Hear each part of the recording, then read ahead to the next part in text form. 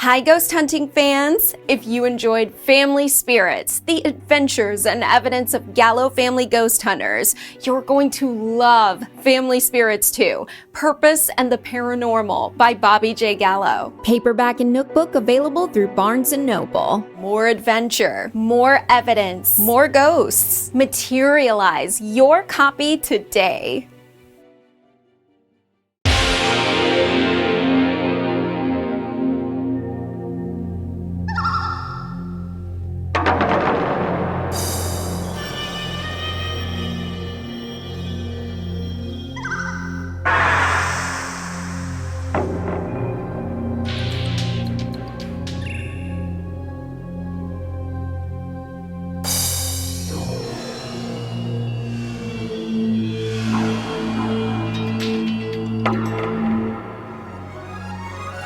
It is in Lafayette, New Jersey, and we got the EVP that said, "I'm going home to Paris." Remember that? And that whole complex is really active, that Lafayette Village. Oh, you gave it to me. The dogs. The dogs are reacting to the spirits. Oh, yeah, and the bell constantly moving. Oh, very good. Loved it there. Thank you for opening up your business to us. Yes. Oh, I'm sorry. No, it's okay. I've read so much about Clinton Road. Yes, that's actually Passaic County, and I'm writing about that in the Passaic County, yeah. Oh, I can't wait. Did you? They tore down the building, that actually, Was left of the building? that's gone, but that doesn't mean it's still not haunted, and, the whole history of that area. Plus all of the accidents and the people that died over there, I'm sure that's going to have stuff going on with people who passed away there. But did you have a particular question about Clinton, or you were just asking about it? Check it out. Yeah.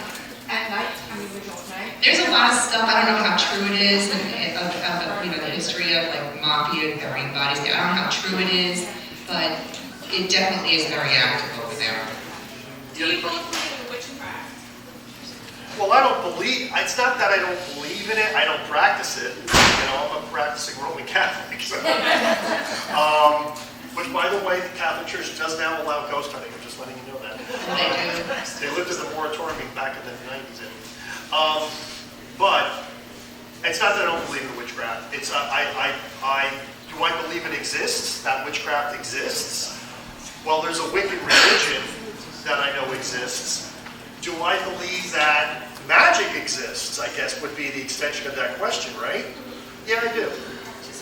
I do actually. But that's just a belief. I don't have any evidence to support that. And he was talking about Catholic churches and them agreeing to allow hauntings. I write about Immaculate Conception. I remember when I was writing the story, I was getting teachers calling me and the priest's account and students. And then I had parents going, I had 6 kids go through that school and they never came home and told me anything. Well, and I have to discount what the priest and the 2 teachers and the students told me happened in Immaculate Conception. So just because it's a church doesn't mean it's not going to be haunted. There was 2 priests that bought EVPs, and once they presented it to the Vatican says, I think we need to learn more about this. So they're like, okay, you guys can do it, and let us know what you find. So that's how that's working out. This is more of a comment. I went to high school up here, and I remember being in high school, and a kid told me his dad was a volunteer fire department, and he got called out on a call, and many fire departments went out, and there was a UFO hovering over the reservoir in West Milford, and I thought, he's crazy.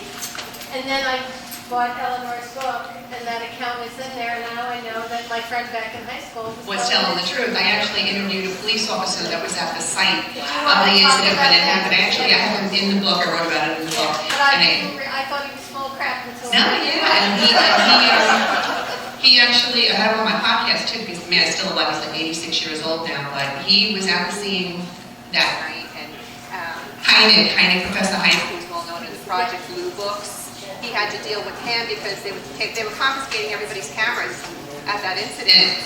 So yeah, that was a very interesting story. Hence the reason why I added the other strange phenomenon chapters to put the UFOs in. Yes. You have a question? Say how you gotta look into the UFOs or Wanakee Reservoir, because I would. That's what she's talking about. She's talking about the Wanakee Reservoir. She said you said West Milford, but it was the Wanakee. Yeah. Yes. I actually saw it when I was a kid. Did you? Really? Yeah. Wow. And we didn't obviously capture it on cell phones. We didn't have cell phones.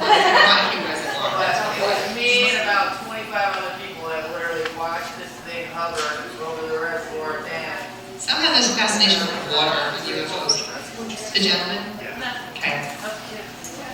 Yep. Gentleman in the back had a question? Is it common for animals to manifest as ghosts too? They can. That's why I was showing you the picture of the clown. That's like a spiritual. But yeah, they do. When we did an investigation at Burnbury Mansion this past August, and we were in the matriarch's room, Margaret's room, and I was awakened by a ghost cat. And I saw the face form. And she saw the face form.